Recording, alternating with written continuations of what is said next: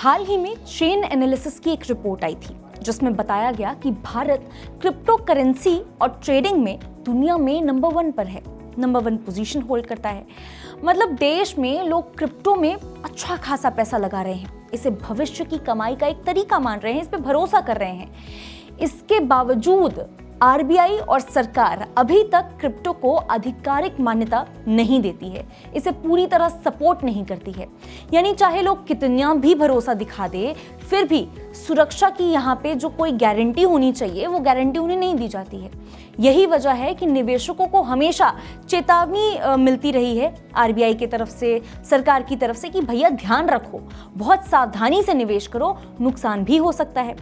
अब हम आपको ये बात क्यों बता रहे हैं, अचानक से हम इस तरह की जो उनकी गाइडलाइंस है उसके बारे में क्यों बात कर रहे हैं, वार्निंग के बारे में क्यों बात कर रहे हैं। एक्चुअली हाल ही में यूपी के संभल से एक चौंकाने वाली खबर सामने आई है। देश के जाने माने हेयर स्टाइलिस्ट जावेद हबीब और उनके बेटे अनस हबीब पर पुलिस ने कथित क्रिप्टो स्कैम के तहत केस दर्ज किया है।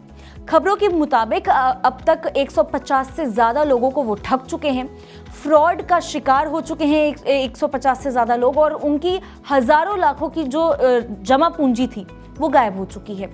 ये मामला सिर्फ आम लोगों का पैसे खोने का नहीं है, ये कहानी उससे बहुत बढ़कर है। ये कहानी है उस भरोसे की जो भारत में क्रिप्टो पर लोग दिखा रहे हैं, और उसका अंजाम क्या है ये हम आपको बताने वाले हैं। नमस्कार, मैं हूं मुस्कान ओझा, आप देख रहे हैं मनी 9। कहानी ऐसी है कि 2023 में जावेद हबीब और अनस हबीब यानी उनके जो बेटे हैं, तो दोनों ने मिलकर के संभल जिले के सराय त्रीन में रॉयल पैलेस बैंक्वेट हॉल में एक बड़ा इवेंट रखा। इसमें 100 से ज़्यादा लोग वहाँ पे पहुँचे थे। उन्हें ये चीज़ बताई गई कि अगर वो बाइनेंस कॉइन और बिटकॉइन में निवेश करते हैं तो सालाना उन्हें 50 से 75% का जो है वो रिटर्न मिलेगा। अब आम निवेशक के लिए ये बहुत ही ज़्यादा देखा जाए तो अट्रैक्टिव ऑफर है। उनको लगता है कि अच्छा खासा रिटर्न मिल रहा है, इससे अच्छा और क्या हो सकता है। बस ये जो पॉइंट था, यहीं पे लोग फिसलते हैं। फिर क्या था, लोगों ने अपनी जमा पूंजी फटाफट उसमें लगाना शुरू कर दिया।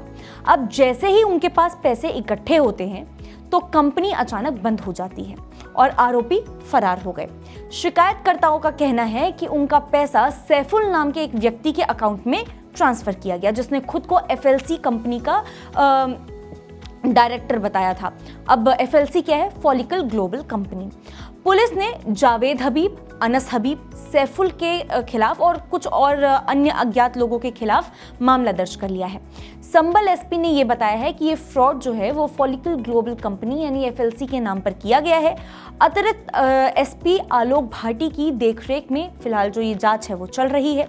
इस पूरे मामले की जो सबसे बड़ी बात है वो ये है कि जावेद हबीब जैसे बड़े और भरोसेमंद नाम का जुड़ना लोगों के लिए भरोसे की चीज थी, भरोसे की कड़ी थी कि अगर वो इस निवेश से जुड़े हैं तो कुछ गलत तो हो ही नहीं सकता है।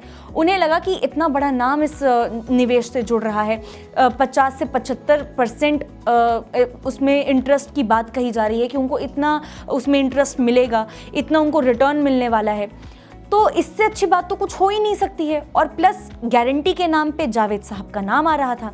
बस फिर क्या था, लोगों को लगा कि भाई इससे अच्छी तो डील हो ही नहीं सकती है। अब इस पूरे केस के बाद उनका भरोसा हिल गया है, क्योंकि इतना बड़ा नाम, जावेद हबीब का नाम उसमें जुड़ा है, जो हेयर स्टाइलिस्ट है उनका नाम जुड़ा है, और उसके बाद ये काम किया गया है। आम निवेशक सोचते हैं कि बड़े नाम वाले धोखा नहीं देंगे, लेकिन इस केस ने इस पूरी तरह, ये जो पूरी बात है उसको पूरी तरह से झुटला दिया है, झूठा साबित कर दिया है।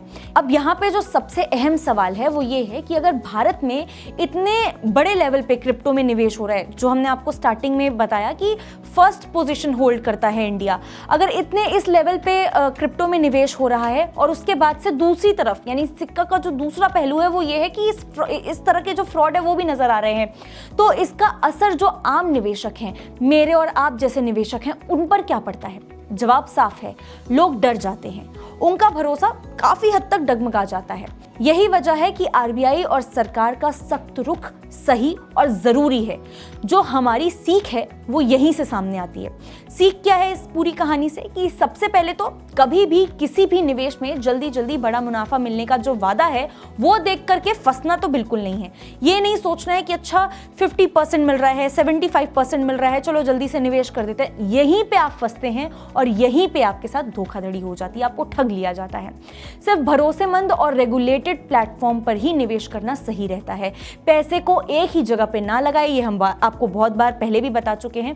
हमेशा डाइवर्सिफिकेशन रखें, अलग अलग जगह पे अपने पैसे को लगाएं। और सरकार और आरबीआई की जो चेतावनी होती है, जो उनके तरफ से वार्निंग दी जाती है, उसको थोड़ी गंभीरता से लें, क्योंकि वो कुछ ना कुछ तो सिचुएशन देखते हैं, तभी तो आपको इस तरह की वार्निंग दे रहे हैं।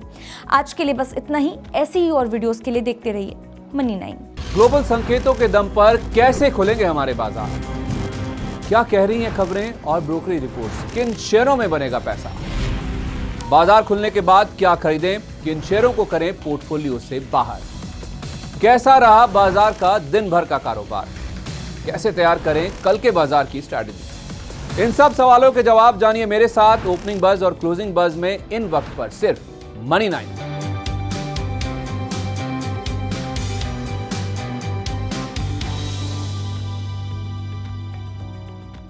मनी9 लाया है मेंबरशिप प्रोग्राम मनी9 प्राइम। अब आपके दिमाग में कई सारे सवाल होंगे, मसलन आखिर क्या है ये मनी9 प्राइम? आपके लिए यानी दर्शकों के लिए इसके क्या फायदे हैं? और एक बड़ा सवाल ये कि मनी9 प्राइम से आखिर जुड़ना कैसे है? तो इसकी पूरी जानकारी हम आपको देने जा रहे हैं।